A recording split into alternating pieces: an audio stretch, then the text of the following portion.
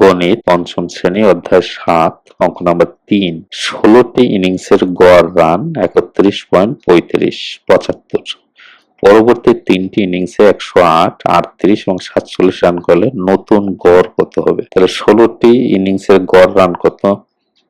৩১.৭৫। তাহলে আমরা ১৬টি ইনিংসের মোট রান কত দেখি। তাহলে ১৬টি ইনিংসের মোট রান ৩১.৭৫ গুণ ১৬ 508। নতুন যে ৩টা ইনিংসের কথা বলে সেই ইনিংসের মোট রান কত?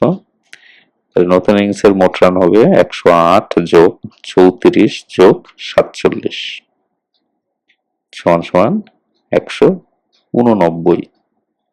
তাহলে এখন মোট রান কত হইলো, মানে ওই ১৬টা এবং এই ৩টা মোট ১৯টা ইনিংসের মোট রান কত হইলো? তাহলে ১৯টা ইনিংসের মোট রান হলো ৫০৮ যোগ ১৮৯ সমান ৬৯৭।